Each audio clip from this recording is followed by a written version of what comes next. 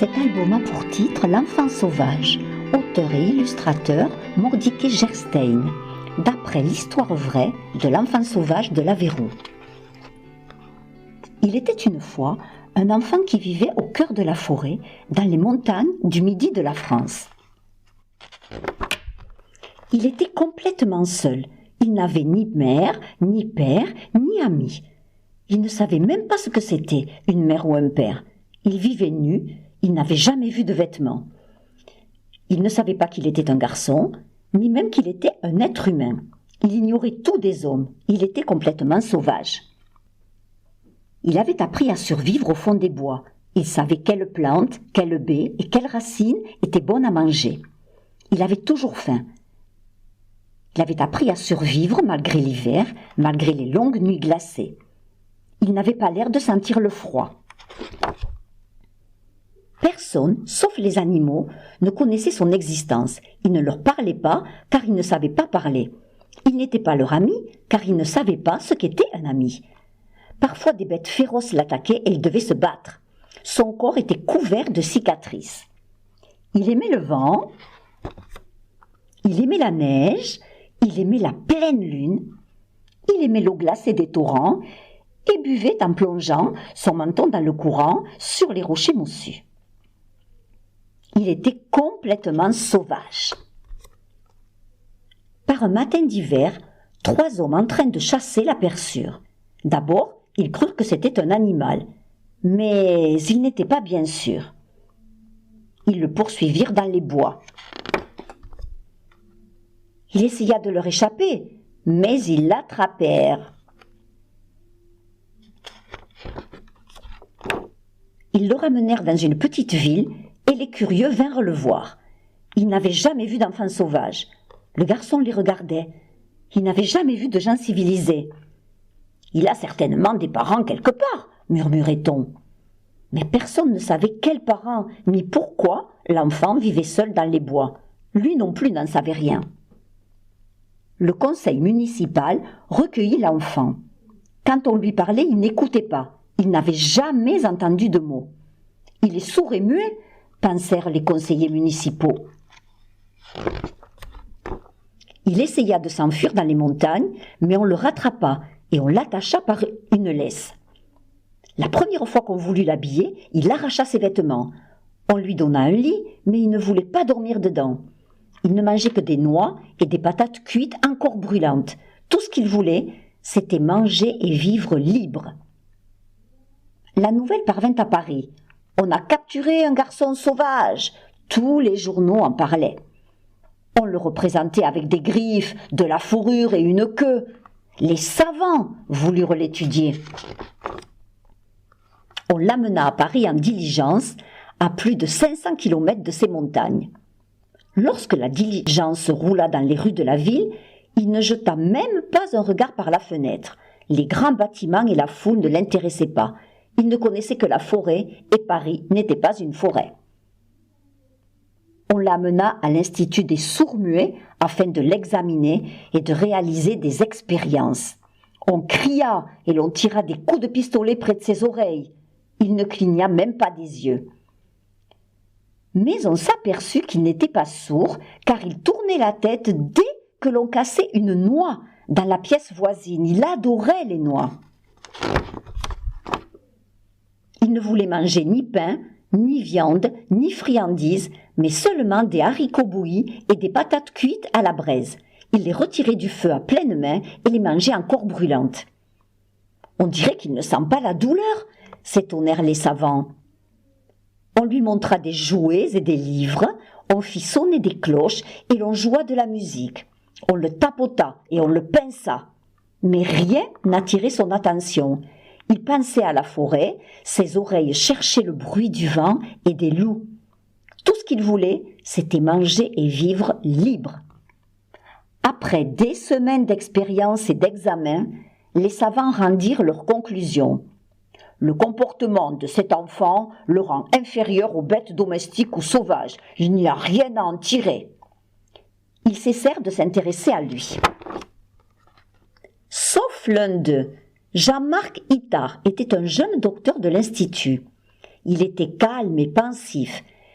Il voyait que plus personne ne s'occupait du garçon, qui devenait plus sauvage que jamais. Itard observa le garçon, qui restait assis pendant des heures sans bouger au bord de la mare, le regard perdu dans l'eau. Ses yeux étaient pleins de tristesse. De temps en temps, il jetait une poignée de feuilles mortes à la surface de la mare et regardait l'eau les emporter. Le docteur Itard vit un garçon que personne n'avait jamais tenu dans ses bras, à qui on n'avait jamais chanté de chansons, avec qui personne n'avait jamais joué. Il vit un enfant qui n'avait jamais appris à être un enfant. Il décida d'amener le garçon chez lui et de s'en occuper. « Je serai ton professeur », lui dit-il. La gouvernante du docteur, Madame Guérin, femme affectueuse et maternelle, voulut prendre le garçon dans ses bras à son arrivée. Mais il saisit sa main et la flaira. Il flairait tout. « Comment s'appelle-t-il » demanda Madame Guérin en riant. « Il n'a pas de nom » expliqua le docteur, « mais il a l'air d'aimer le son « O ». Je pense que son nom devait inclure un « O ». « Pourquoi pas Victor » proposa Madame Guérin. Le garçon la regarda. « Victor » dit le docteur. « Je pense que cela devrait lui aller. » Ils amenèrent Victor faire de longues promenades dans la campagne. Le garçon était fou de joie. Ils lui aménagèrent une chambre confortable et lui donnèrent tout ce qu'il aimait manger. Un matin, il neigea. Le docteur Itard regarda par la fenêtre et fut stupéfait d'apercevoir Victor nu, riant et roulant dans la neige. Il la tassait contre lui et s'en remplissait la bouche. Sa peau, expliqua le docteur à Madame Guérin, n'a jamais appris la différence entre le chaud et le froid, entre le rugueux et le lisse. Nous devons lui apprendre à le sentir. Ils donnèrent des bains chauds à Victor et massèrent son corps couvert de cicatrices. Peu à peu, Victor commença à sentir la chaleur de l'eau et la douceur de leurs mains. Au bout de quelques semaines, il refusait d'entrer dans l'eau si elle était trop froide. Puis les matins où il faisait froid, il se mit à s'habiller tout seul. Il apprit à se servir d'une cuillère au lieu de ses mains pour tirer les patates de l'eau bouillante ou du feu. Il finit par aimer le contact de la robe de velours de Madame Guérin. Mais le regard de Victor continuait d'aller d'une chose à l'autre sans s'arrêter sur rien. Seuls les aliments retenaient son attention. Le docteur Itard eut une idée. Il montra une noix au garçon, puis la cacha sous un gobelet qu'il mélangea avec d'autres gobelets. Victor l'observa attentivement et retourna aussitôt le bon gobelet. Le docteur recommença encore et encore. Victor riait et retrouvait toujours la noix. Même lorsque le docteur la remplaçait par une balle, Victor la retrouvait toujours du premier coup. « Bravo, Victor !» s'écria le docteur. « Tu as appris à faire attention et tu as appris à jouer !» Jour après jour, le docteur Itard travaillait dur avec Victor pour lui apprendre à parler. Les mois passaient, mais Victor semblait incapable d'apprendre. Le docteur finit par se décourager et perdit patience. « Pourquoi me donner tant de mal ?» cria-t-il un jour. « Retourne dans ta forêt, Victor, vis comme un animal !» Les yeux de Victor se remplirent de chagrin et de larmes. Jamais le docteur ne l'avait vu pleurer. Il prit Victor dans ses bras et le berça, tandis que le garçon pleurait et sanglotait et que les larmes coulaient sur ses joues. « Pardon, Victor, tu n'es pas un animal, tu es un garçon, un merveilleux garçon. » « Il ne saura jamais former des mots, » pensa tristement le docteur. Il est resté trop longtemps dans les bois sans parler. Mais il a appris à avoir des sentiments. Et l'on peut lui faire de la peine. Victor apprit à reconnaître différentes couleurs et différentes formes. Puis il apprit à reconnaître les lettres de l'alphabet. Le docteur Itard fabriqua un alphabet en carton et Victor apprit à écrire le mot « lait ». Lorsqu'ils allaient au restaurant, Victor emportait toujours ses lettres avec lui et s'en servait pour commander du lait. Victor apprit à lire bien d'autres mots et à les relier à des choses ou à des idées. Il apprit aussi à écrire les mots qu'il connaissait. Par une douce matinée de printemps, Victor se réveilla et sans réfléchir, s'en alla à la recherche de la forêt.